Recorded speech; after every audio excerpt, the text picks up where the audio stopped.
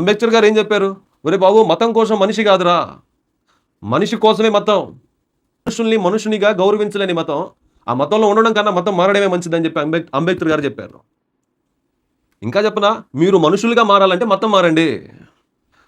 అంబేద్కర్ గారు చెప్పింది, మీకు చదువుకునే అవకాశం లేనప్పుడు, ఇవ్వనప్పుడు ఆ మతంలో పడి ఉండడం ఎందుకు? మిమ్మల్ని గుళ్ళలోనికి రానికుండా, గుడిలోనికి రానికుండా ఆపివేసినందుకు మీరు తక్కువ కులానికి సంబంధించిన వాళ్ళని చెప్పి ఆపివేసినప్పుడు ఆ మతంలో పడి ఉండడం ఎందుకు అని చెప్పి ఆనాటి కాలంలోనే అంబేద్కర్ గారు వారి యొక్క జీవితంలో ఎదురైన అనుభవాలను బట్టి ఎన్నో మాటలు, ఎన్నో దేశాన్ని అభివృద్ధి పరిచే విధంగా, ఉన్నతమైన స్థితిలోకి ఉంచే విధంగా ఎన్నో మాటలు అందించాడు. రాజ్యాంగాన్ని అది దృష్టిలో పెట్టుకునే నాలాంటి ఎంతో మంది తక్కువ కులానికి సంబంధించిన వాళ్ళు ఇలాంటి దాడులు ఎదుర్కొంటున్నారు, అలా ఎదుర్కోకూడదు అని చెప్పి రాజ్యాంగాన్ని రాశారు. ఆ రాజ్యాంగానికి వ్యతిరేకంగా సుప్రీంకోర్టు తీర్పునిస్తే ఒకటే అండి, ఈ వీడియో ద్వారా మీకు నేను చెప్పేది ఏంటంటే, నేను ఎస్సీని, నాకు రాజ్యాంగం కొన్ని హక్కులు ఇచ్చింది, దానిని యూజ్ చేసుకొనే నేను ముందుకు కొనసాగుతున్నాను, ఈ భారతదేశంలో జీవనాన్ని కొనసాగిస్తున్నాను. నాకు ఇష్టం వచ్చిన మతాన్ని స్వీకరించడం నాకు రాజ్యాంగం కల్పించిన హక్కు. ఆ హక్కులకి వ్యతిరేకంగా మీరు తీర్పులను ఇస్తే దాన్ని పాటించడానికి మేము లేవు ఇక్కడ. నేను నా దేశాన్ని గౌరవిస్తాను, భారతదేశాన్ని. సరే, ఇప్పుడు ఎస్సీ హోదా పోతే పోయింది, బీసీసీలోకి మారుతాం, క్రైస్తవంలోనికి మారుతాం. మరి క్రైస్తవంలోనికి మారితే బీసీసీ అనే క్యాస్ట్ కిందకి మేము వస్తే మమ్మల్ని చూసే చూపు మారుతుందా? మా మీద దాడి చేసే దాడులు ఆగుతాయా? ఆ అరాచకాలు ఆగుతాయా? చర్చిలు కూల్చివేతలు ఆగుతాయా? పాస్టర్లను చంపడం ఆపుతారా? ఆ హామీ ఇస్తారా? మరి అలాంటిది ఇవ్వనప్పుడు మేమెందుకు మా ఎస్సీ హోదాని మేము కోల్పోవాలి? నేను ఒక దళితుడిని, నేను ఒక ఇండియన్ని, కాబట్టి నేను నాకు ఇష్టం వచ్చిన మతాన్ని స్వీకరిస్తాను, నాకు ఇష్టం వచ్చిన మతాన్ని ప్రకటిస్తాను. దానిలో మీకేంటి ప్రాబ్లం? హిందూ మతంలో ఉన్న వాళ్ళకి, తక్కువ కులంలో ఉన్న వాళ్ళకి అణిచివేత జరుగుతూనే ఉంది. దళితులు అనబడుతున్న ప్రతి ఒక్కరికి అప్పటి నుంచి ఇప్పటి వరకు ఈ కుల వ్యవస్థ, ఈ కుల వివక్షత పోయింది అనుకోవడం కాదండి. ఇంకా భారతదేశం డెవలప్ కాకుండా ఉండడానికి కారణం ఈ కుల వివక్షత ఉంది, ఈ మత వివక్షత జరుగుతున్నాయి ఇండియాలో. అందుకే ఇండియా ఇంకా డెవలపింగ్లోనే ఉంది, నాట్ డెవలప్డ్. హిందుత్వంలో కుల వివక్షత ఎంత ఉందంటే అంత ఉంది, భయంకరంగా ఉంది. గుడికి వెళ్తే అక్కడ 2 సంవత్సరాల బిడ్డని కాళ్ళతో కొట్టి చంపేశారు మొన్న. అలాంటి దౌర్భాగ్యమైన స్థితిలో ఈరోజు ఇండియా ఉంది, ఇండియాలో జీవిస్తున్నాం, మనం కూడా ఉన్నాం. ఏమండి, హిందూ మతంలో ఉన్న వాళ్ళకి, బౌద్ధ మతంలో ఉన్న వాళ్ళకి, సిక్కు మతంలో ఉన్న వాళ్ళకి ఎస్సీ హోదా కలిగినప్పుడు, ఆ మతాల్లో అనగారికి అణిచివేతకు గురవుతున్న వాళ్ళకి ఈ ఎస్సీ హోదా కల్పించినప్పుడు, మరి క్రైస్తవ మతంలో కానీ, ముస్లిం మతంలో కానీ అణిచివేతకు గురవ్వట్లేదా? తక్కువ చూపు చూడబడట్లేదా అగ్ర కులాల వారి చేత? అది కనబడట్లేదా ఎవరికి? ఈ వీడియో చూస్తున్నా మీకు కనబడట్లేదా అండి? ఇన్ని అఘాత్యాలు జరుగుతుంటే క్రైస్తవ్యానికి మారితే ఎస్సీ హోదా ఎందుకు కోల్పోవాలి? రాజ్యాంగంలో ఉందా క్రైస్తవులుగా మారితే ఎస్సీ హోదా కోల్పోతారని చెప్పి? రాజ్యాంగంలో ఉందా? అరే, మాకు నచ్చిన మతాన్ని మేము స్వీకరిస్తే, మాకు నచ్చిన మతాన్ని మేము ప్రకటిస్తుంటే మా మీద దాడులు చేస్తూ, మమ్మల్ని చంపుతూ, చర్చల్ని కూల్చివేస్తా, ఎంతగా అణిచివేత జరుగుతున్నా మేము అన్నీ మూసుకొని ఉండంటే, మాట అనకుండా, తిరిగి మాట ఏమనకుండా గౌరవించి లోబడి కొనసాగుతుంటే, మా పని మేము కొనసాగించుకుంటే మరీ ఇంకా అణిచివేతన, గవర్నమెంట్ కూడా, న్యాయస్థానం కూడా ఇంత అణిచివేతన. ఈరోజు ఎస్సీ ఎస్టీ అట్రాసిటీ కేసు ఆ రక్షణ అనేది కలిగించకుండా పక్కన పెట్టారు. ఆ తీర్పు వెనకాల ఉన్నారు. అసలు కేజీ బాలకృష్ణ కమిషన్ యొక్క ఆ రిపోర్ట్ అనేది రాకుండా, ఆ డేటా అనేది రాకుండా సుప్రీంకోర్టు ఏ విధంగా తీర్పునిచ్చింది? దానికి సమాధానాలు లేవు. క్రైస్తవ్యం కానీ, అంబేద్కర్ గారు చెప్పిన మాట ఏంటంటే, మీరు క్రైస్తవులు కానీ, ముస్లిం కానీ, సిక్కులు కానీ మారినప్పుడు రాజకీయ హక్కులు, రక్షణలు అన్నీ ఏవి కూడా మీ వెంటనే ఉంటాయి, అవేమి కూడా పోవు అని అంబేద్కర్ గారు చెప్పారు. రాజకీయ హక్కులే కానీ, రాజకీయ హక్కులు అనేవి జనాభాను బట్టి ఆధారపడి ఉంటాయి. జనాభా పెరుగుదలను బట్టి రాజకీయ హక్కులు, రక్షణలు అనేది కల్పించడం జరుగుతుంది. మతాలని బట్టి కాదు, కులాలను బట్టి కాదు. హిందూ సమాజాన్ని వదిలేయగలనే, అదే అంబేద్కర్ గారు చెప్తున్నారు, హిందూ సమాజాన్ని వదిలేయగలనే మనకు కేటాయించిన గవర్నమెంట్ నుంచి వచ్చే పథకాలు కానీ ఏవైతే ఉన్నాయో అవి కోల్పోరు, ఇంకా అధికమవుతాయి.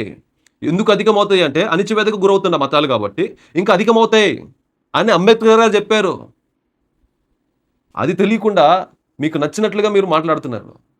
ఏమండి చెప్పండి, ఈ వీడియోని చూస్తున్న హిందువులు కూడా ఉంటారు కదా, హిందువులని చెప్పుకోబడుతున్న ఆ మతంలో కూడా అసలు ఆ మతంలోనే ఎంతగా అణిచివేత లేదండి. అరే నేను దళితుండని చెప్పి, ఎస్సీని అని చెప్పి, తక్కువ కులానికి సంబంధించిన చెప్పి గుళ్ళుకు రానిస్తున్నారా? చదువుకొనిస్తున్నారా? ఫుడ్ అన్న తిన్నిస్తున్నారా? పక్కన కూర్చోబెట్టుకుంటున్నారా? హిందూ మతంలో ఇటువంటి రిజర్వేషన్ ఇచ్చినా, రిజర్వేషన్ తీసి పక్కన పెట్టండి అండి, ఎస్సీ అనే రిజర్వేషన్ తీసి పక్కన పెట్టండి. ఒక మనిషిని మనిషిగా చూడనప్పుడు ఎందుకు నేను ఆ మతంలో ఉండాలి? ఎందుకు హిందూ మతంలో ఉండాలి నేను? చెప్పండి. నన్ను గౌరవించని, నాకు విలువనివ్వని ఆ మతంలో నేను ఎందుకు ఉండాలి? అందుకే రాజ్యాంగంలో హక్కును బట్టి నేను నాకు ఇష్టం వచ్చిన మతాన్ని నేను స్వీకరించినప్పుడు నాకు సంబంధించిన హక్కులు నేను ఎట్లా కోల్పోతాను? మైండ్ పని చేస్తుందా? సరిదిద్దాల్సింది ఈ కులాల మధ్య ఈ యొక్క రిజర్వేషన్లు కాదు. సుప్రీంకోర్టునా లేకపోతే మాట్లాడే ఎవడైనా సరే మాట్లాడాల్సింది, సరిదిద్దాల్సింది ఇవి కాదు. కుల వివక్షత జరుగుతుంది, అది పూర్తిగా అణిచివేయాలి. అది చేయాల్సింది పోయి మత వివక్ష జరుగుతుంది, అది ఆపివేయాలి. అది చేయాల్సింది పోయి ఇంకా అణిచివేత. ఒకటి గుర్తుపెట్టుకోండి, ఈరోజు క్రైస్తవ్యం ఇండియాలో లేకుండా చేస్తామని కొంతమంది పిచ్చి వాళ్ళు మాట్లాడారు. ఇప్పుడు మాట్లాడిన మాటలు కాదు, కొన్ని సంవత్సరాల నుంచి కొంతమంది మతోన్మాదులు క్రైస్తవ్యాన్ని ఇండియాలో లేకుండా చేస్తాం అని చెప్పి పిచ్చి వాగారు. వాళ్ళు పోయారు, కానీ క్రైస్తవ్యం మాత్రం నేటికి ప్రజ్వలిల్లుతూనే విస్తరిస్తూనే ఉంది.